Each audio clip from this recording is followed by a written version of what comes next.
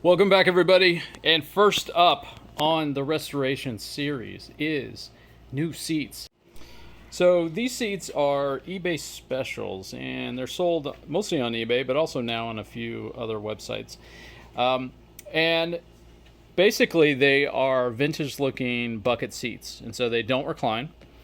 They will work with sliders, and often they come with sliders, so they can work in a variety of cars. And they come in a number of different styles.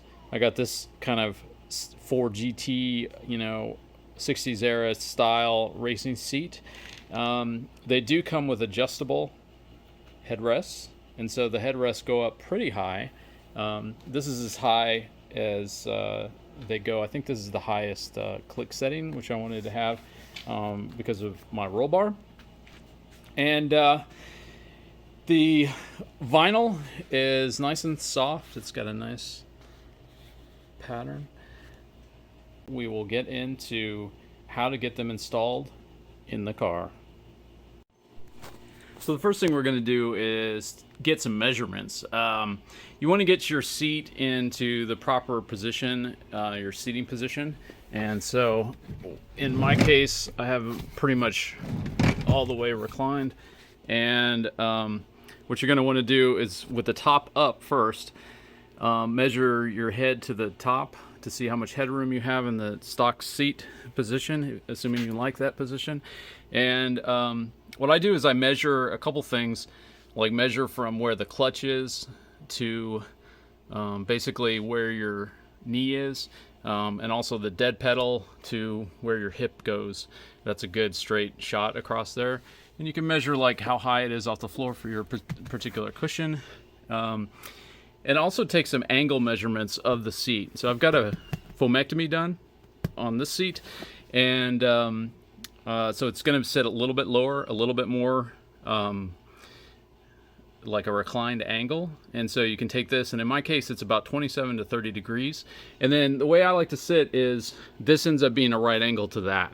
So it's also reclined back a good 30 degrees as well.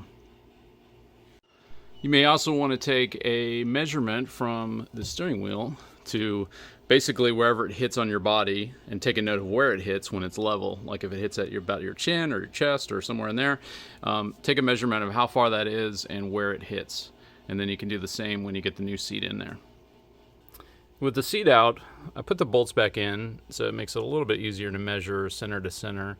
And with our measuring tape on here, it's interesting to note that the rear mounts are a little bit wider spaced. Obviously, the rails themselves are going to be parallel, otherwise it wouldn't slide very well. But the mounts themselves are a little bit wider. So if you look closely here, it's at 342 edge to edge, not center to center, but you can subtract, since these are 14 millimeter bolt heads, that we know the width is exactly 14 millimeters, so you can subtract 7 from both sides, or 14. So you can reduce that by 14 on either side. And then the same thing on this side, it ends up being about 332 across instead of about 42. So about 10 millimeters difference between the front and the back mounting points. All right, checking out the underside of the seat. We've got some 12 millimeters here securing this on. Indeed, you can see that these front mounts are sort of inboard to where they are in the sliders in the back. See, this is directly in line, and then it's inboard by just that much.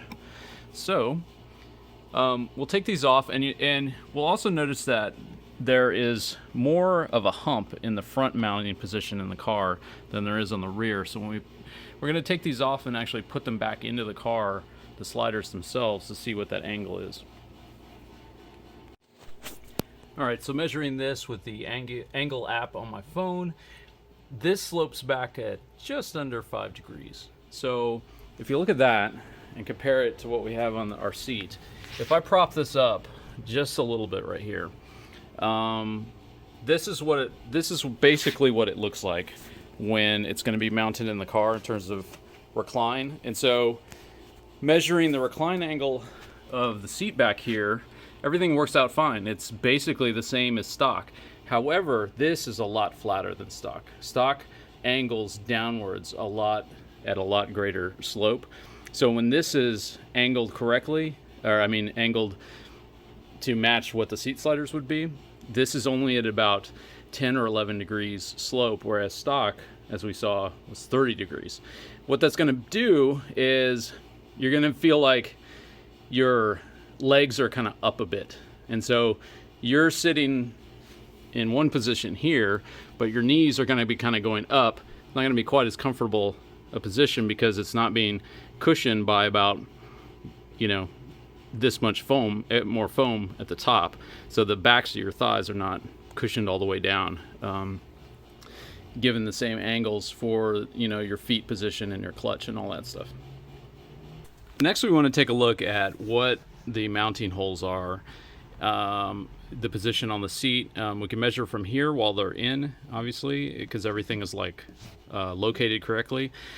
So we can measure the distance from here to over there, and we can verify the distance from here to here on the slider to see how these stock sliders are going to work. Now, some people, when they buy these seats, they've said that they've gotten sliders that maybe have been in the past.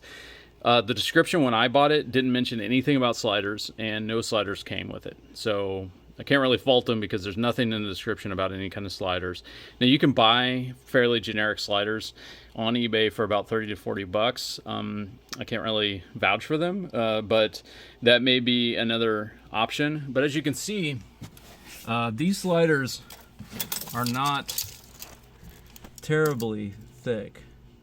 So they raise off the floor just a little bit, but honestly not that much when comparing to, they kind of go over the carpet just a little bit. All right, so I've placed the seat in the car. I'm sitting in my normal driving position, and things are looking pretty good. I measured out everything, and the measurement that I took from the clutch to basically where my hip is almost identical, so 33 inches. The floor to my knee is about the same, and then the main thing is like up above my head.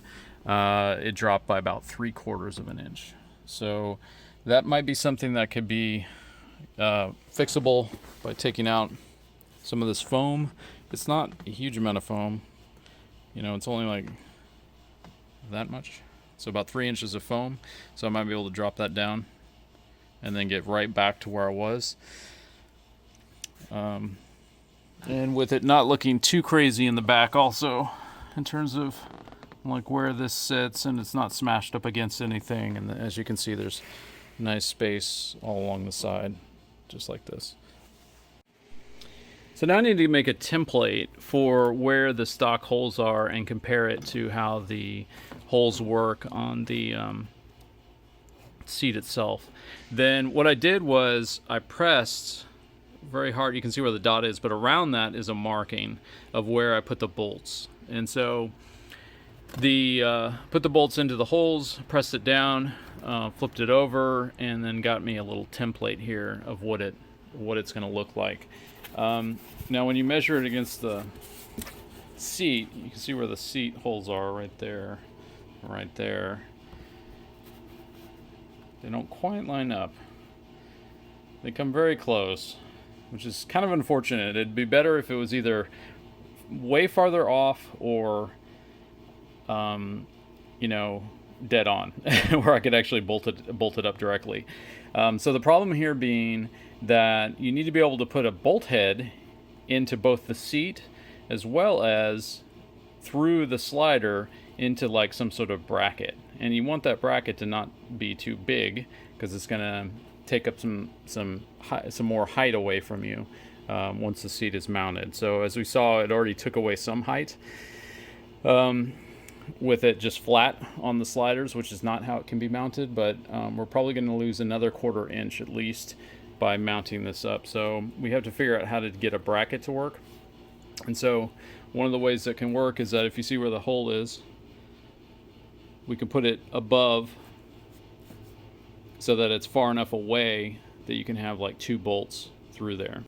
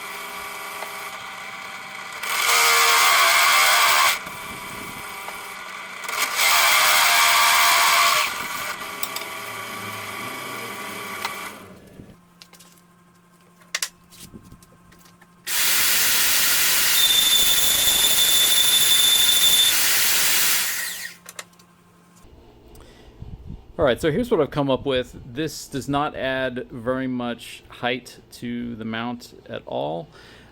Basically, I've got some flat stock. It's 3/16, and I cut off a piece to use as like a spacer.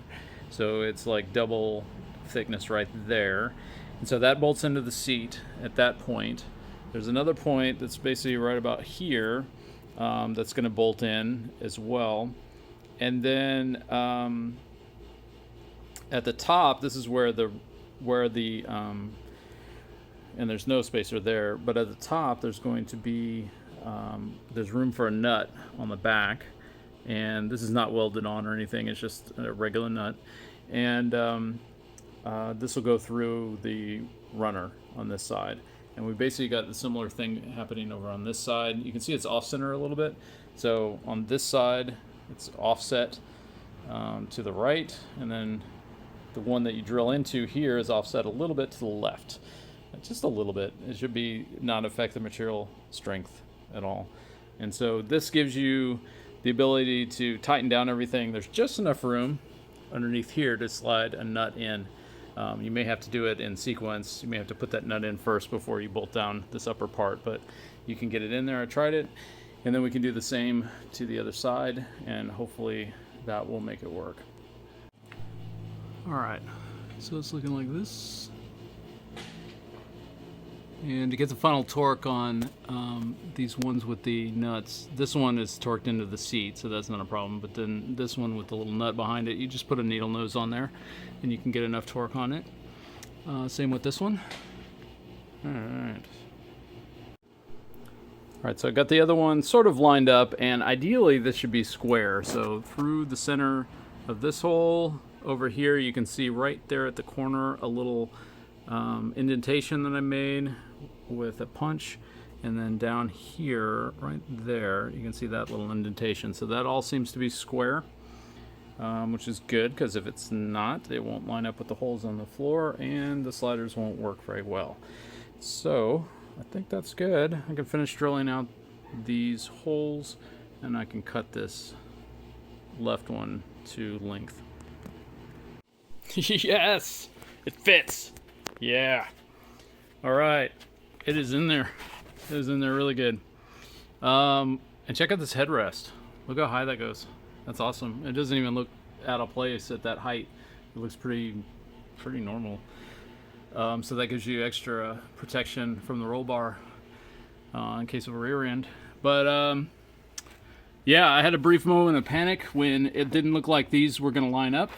But it was just because the sliders were out of sync with each other slightly. They're off one tooth, and so they were it made it all look really weird. It was like, it looked totally wrong, and I was like, no, I thought I'd measured.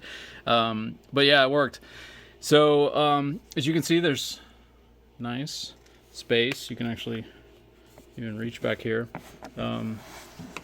The seat belt, just a little, tight back here, but this is in my normal driving position. So everything else, the measurements that I made with my legs, everything else is perfect. It's exactly the same. This is actually reclining, maybe just a tad actually, but my hip position is the same. That means how the clutch feels is the same. Height wise, it's not horrible. Basically I lost exactly what I measured, which is 3/4 of an inch. That's exactly what I lost. So it'd be easy to take an inch of foam out and actually get lower than the stock seat, which sounds crazy, but that's how it is for me when in my driving position, which is all the way back pretty much. It's not actually touching the rear bulkhead, but it's got just a couple of inches. So the only other thing is that two things. Getting in and out is a little bit more of a pain because this thing sticks out farther. And then also the slider is pretty tight in there. I put no spacers whatsoever for the slider bar. And yeah, you kind of have to pull a little hard to get it past this foam to get it up. But other than that, I mean, once it's set, right? So can't be too bad. Awesome. Super happy with how this came out. Alright, so pulling them out again, and then we can use these to be a template for the other side. Well, it's a good thing I decided to go ahead and measure the passenger seat. This is my template from the driver's side seat, and if I line this up with, if you see the little dot there, if I line that up to basically where it's going to be on the slider, you can see that it's about 10 millimeters short on where it needs to be on the other side. So these guys sit quite a bit wider on the passenger side than they do on the driver's side. So that means you need to go through the whole process of you know, building on a template and stuff like that for the passenger side, because they are different.